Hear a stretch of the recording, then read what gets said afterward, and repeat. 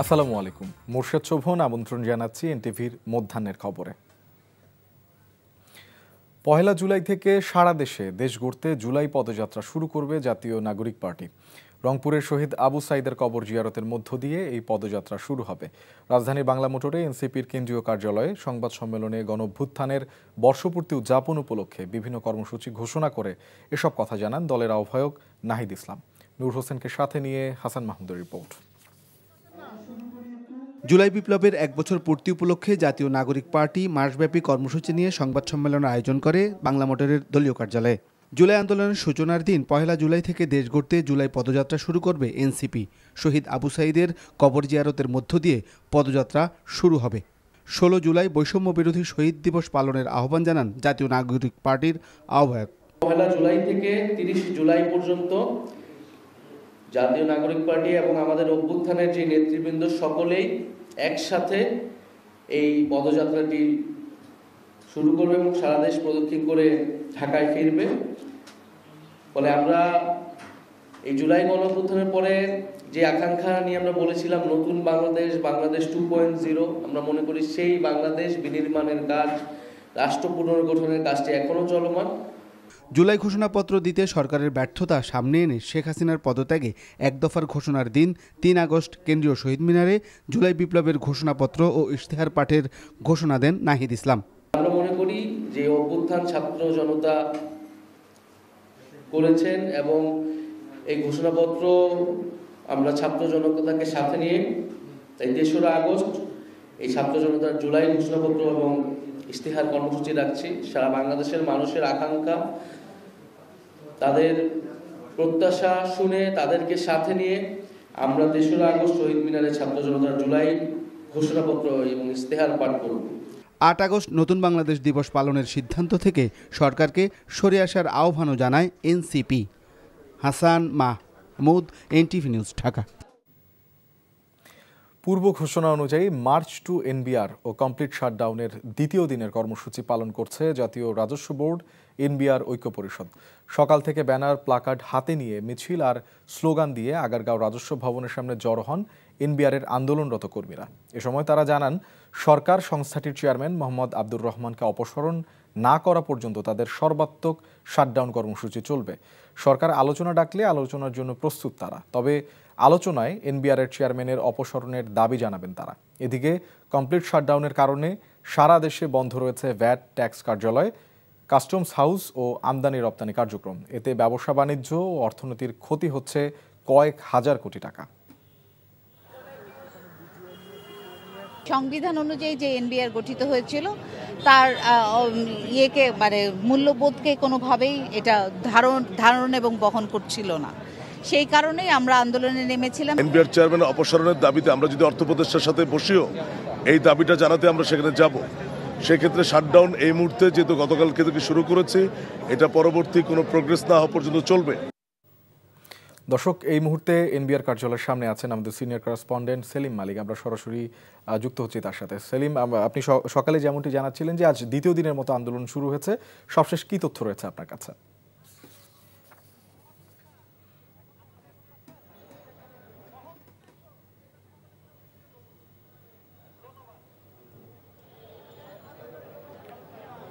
শুভন, এই মুহূর্তে কিন্তু এনবিআর কর্মকর্তারা যে আন্দোলন করছেন, এখন তারা নানা রকম বক্তব্য দিচ্ছেন, স্লোগান দিচ্ছেন তাদের যে দাবির পক্ষে। তাদের দাবি কিন্তু একটি এখন এসে দাঁড়িয়েছে, সেটি হলো রোড টু এনবিআর, সাথে এনবিআরের যে চেয়ারম্যান আব্দুর রহমান তার পদত্যাগ। তারা বলছেন যে যত যাই হোক না কেন এনবিআরের চেয়ারম্যান যদি তাদের পদত্যাগ না করেন তাহলে তারা কোনো ধরনের যে সরকারের যে আশ্বাস সেটি তারা মেনে নেবেন না এবং তারা তাদের আন্দোলনটা কিন্তু চালিয়ে যাবেন। আপনি জানেন যে আন্দোলনের কারণে কিন্তু এই মুহূর্তে কিন্তু ভ্যাট, ট্যাক্স, কাস্টমস হাউসগুলো বন্ধ রয়েছে। আমদানি রপ্তানি কিন্তু ব্যাপক পরিমাণ ক্ষতি হচ্ছে। প্রতিদিন কিন্তু হাজার হাজার কোটি টাকার আমদানি রপ্তানি হয়ে থাকে। সেই আমদানি রপ্তানি বন্ধ হওয়ার কারণে কিন্তু যে ধরনের ক্ষতি হচ্ছে সেটি আসলে পুষিয়ে কিভাবে নেওয়া হবে, সেক্ষেত্রে এনবিআর কর্মকর্তা যেটি বলছেন যে যদি তাদের দাবি মেনে নেওয়া হয় তাহলে তারা অতিরিক্ত কাজ করবেন এবং অতিরিক্ত ডিউটি করে তারা সেই ক্ষতিটা পুষিয়ে দেবেন। তবে আগামী 1 তারিখে কিন্তু জাতীয় রাজস্ব বোর্ডের কর্মকর্তাদের সঙ্গে অর্থ মন্ত্রণালয়ে একটি বৈঠক হওয়ার কথা রয়েছে। এই বিষয়ে তারা যেটি বলছেন যে বৈঠককে আরও কাছাকাছি নিয়ে আসা হোক, প্রয়োজন করলে আজকে বা কালকের মধ্যে করা হোক। তারা চাচ্ছেন যে খুব দ্রুত যদি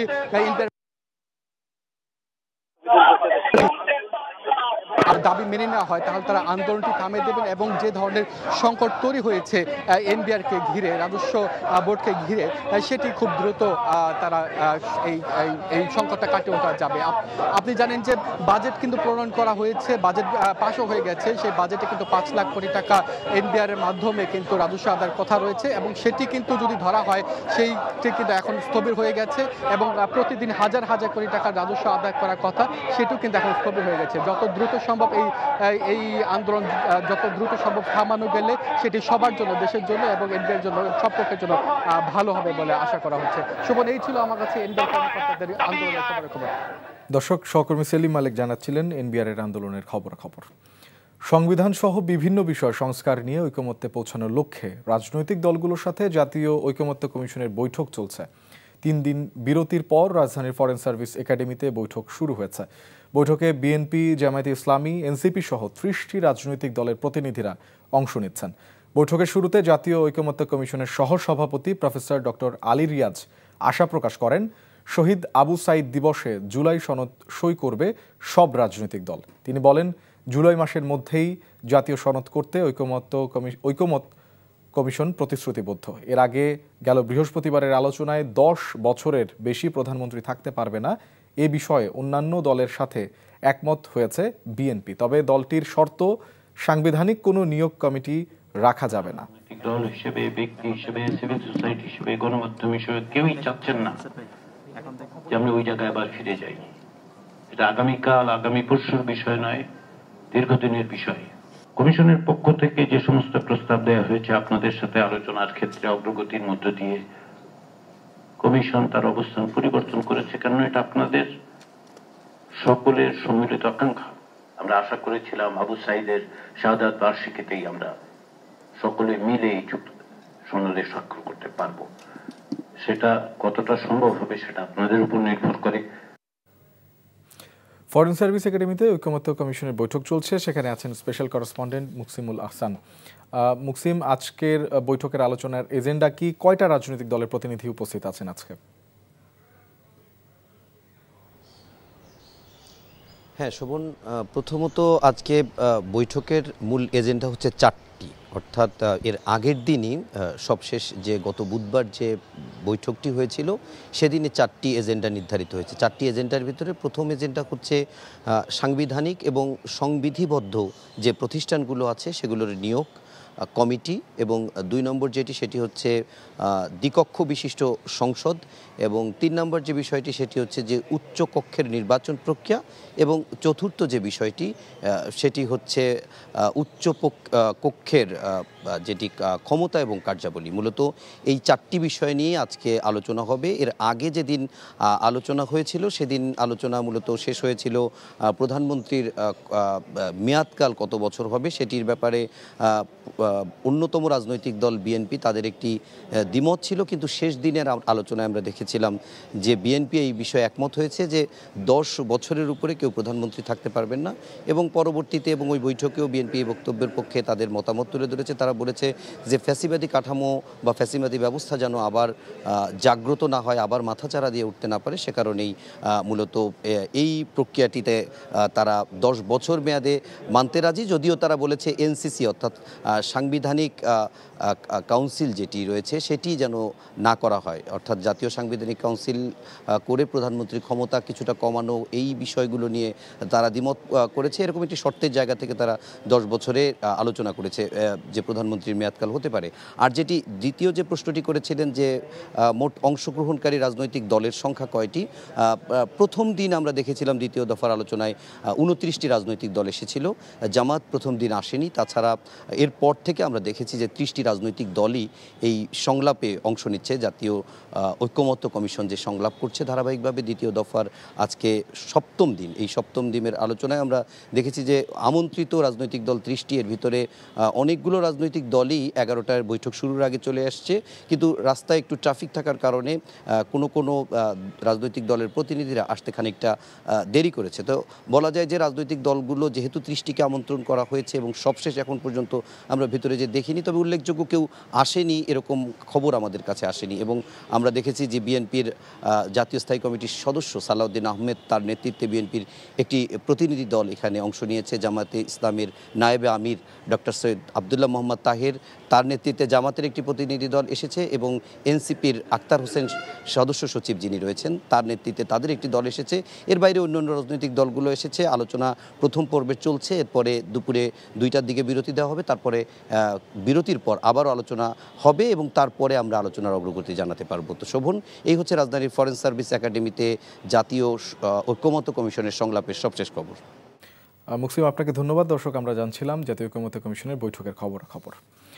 3 প্রধান নির্বাচন কমিশনারের বিরুদ্ধে শেরেবাংলা নগর থানায় বিএনপির দায়ের করা মামলাটি পিআইবিতে হস্তান্তর করা হয়েছে। আজ গ্রেপ্তারকৃত হাবিবুল আউয়ালকে 3 দিনের রিমান্ড শেষে আদালতে পাঠানো হবে বলে জানানো হয়। তবে দ্বিতীয় দফায় কোনো রিমান্ড চাইবে না বলে জানায় পিআইবি। এর আগে শেখ হাসিনা সহ সাবেক 3 নির্বাচন কমিশনারের বিরুদ্ধে শেরেবাংলা নগর থানায় মামলা করে বিএনপি। এই মামলার জেরে গত 22 জুন নুরুল হুদাকে গ্রেফতার করা হয়। পরে তাকে 2 দফায় 7 দিনের রিমান্ড দেয় আদালত। এরপর গেল বুধবার নুরুল হুদাকেও একই মামলায় গ্রেফতার করা হয়। এরপর তাকে 3 দিনের রিমান্ড দেয় আদালত। 5 আগস্ট রাজধানীর চানখারপুলে 6 জনকে হত্যা মামলায় গ্রেফতার 4 আসামিকে আন্তর্জাতিক অপরাধ ট্রাইব্যুনালে হাজির করা হয়েছে। আজ এ মামলার অভিযোগে গঠনের উপর শুনানির দিন ধার্য করা হয়েছে। এর আগে সাবেক ডিএমপি কমিশনার হাবিবুর রহমান হাবিব সহ এ মামলায় পলাতক 4 আসামির পক্ষে রাষ্ট্রীয় খরচে আইনজীবী নিয়োগের সিদ্ধান্ত হয়। আইনজীবী কুতুবুদ্দিনকে তাদের পক্ষে স্টেট ডিফেন্স হিসাবে নিয়োগ দেওয়া হয়েছে। এই মামলায় গ্রেফতার 4 আসামি হলেন শাহবাগ থানার বরখাস্তকৃত পরিদর্শক আরশাদ ও 3 কনস্টেবল সুজন, ইজাজ হোসেন, ইমন ও ইজারুল। এদিকে ছাত্রদল নেতা নুরুজ্জামান জনিকে অপহরণ, গুম করে ক্রসফায়ারে হত্যার ঘটনায় সাবেক ডিএমপি কমিশনার আসাদুজ্জামান মিয়া, সাবেক এমপি সাবের হোসেন চৌধুরী সহ 62 জনকে আসামি করে ট্রাইব্যুনালে অভিযোগ দাখিল করেছে বিএনপি। ঝালকাঠিতে প্রথমবারের মতো বাণিজ্যিকভাবে লবণ চাষ শুরু হয়েছে। লবণ কারখানার অবশিষ্ট কাদামাটি দিয়ে সূর্যের আলোতে লবণ চাষ করে ভাগ্যের চাকা ঘুরিয়েছেন 2 চাষি। আয় করছেন লাখ লাখ টাকা। নিজেদের স্বাবলম্বী করার পাশাপাশি কর্মসংস্থানের সুযোগ হয়েছে অনেকের। চাষিরা বলছেন এসব লবণ মূলত মাছের ঘের বা গবাদি পশুর খাবার হিসাবে ব্যবহার হচ্ছে। ঝালকাঠি থেকে KM সবুজে পাঠানো রিপোর্ট। কক্সবাজার থেকে কাঁচামাল এনে ঝালকাঠির 6টি কারখানায় এভাবে লবণ উৎপাদন করছেন আবু হানিফ ও মিজানুর রহমান। 3 একর জমি লিজ নিয়ে 6 মাস আগে বাণিজ্যিকভাবে লবণ চাষ শুরু করেন তারা। এরই মধ্যে আয় করছেন লাখ লাখ টাকা। চাষিরা জানায় লবণ তৈরিতে সমুদ্রের নোনা পানি ও সূর্যের তাপের প্রয়োজন হয়। তবে এ জেলায় সমুদ্র না থাকলেও আশেপাশের লবণের মিল থেকে ফেলে দেয়া কাদামাটি কম দামে কিনে এনে অভিনব পদ্ধতিতে উৎপাদন করা হচ্ছে লবণ। এসব লবণ মূলত মাছের ঘের ও গবাদি পশুর খাবার হিসেবে ব্যবহার করা হচ্ছে। আমি লবণ মিলে থেকে ওই যে লবণ বানাবার পরে যে একটা পাউডার বাইরে ওইটা বিক্রি করে, ওইটা আমরা কম টাকায় কিনে আনি এখানে এটা ধোলাই করিয়া পানি খোলায় দিই, খোলায় দেওয়ার পর লবণ হয়, এটা গোলায় রাখি, এরপরে বিক্রি হয়। লবণ চাষিদের সব ধরনের সহায়তা করা হচ্ছে বলে জানান বিসিকের এই কর্মকর্তা। উদ্যোক্তা এবং লবণ যারা চাষ বা উৎপাদন করছেন তাদেরকে বিসিক সর্বাত্মক সহায়তা করতে বদ্ধপরিকর, বিশেষ করে কারিগরি এবং আর্থিক সহায়তা। জেলার গাবখান ও চামটা এলাকায় প্রায় 3 একর জমিতে লবণ চাষে শতাধিক মানুষের কর্মসংস্থান সৃষ্টি হয়েছে। NTV news desk. এই ছিল মধ্যাহ্নের খবরে। এই খবরে ভিডিও সহ আপডেট জানতে ভিজিট করুন এনটিভি অনলাইন www.ntvbd.com। এছাড়াও এনটিভির জনপ্রিয় সব অনুষ্ঠান ও খবরের আপডেট জানতে ভিজিট করুন আমাদের ইউটিউব ও ভেরিফাইড ফেসবুক পেজ। 2টায় দুপুরের খবর দেখার আমন্ত্রণ রইল। ধন্যবাদ সবাই।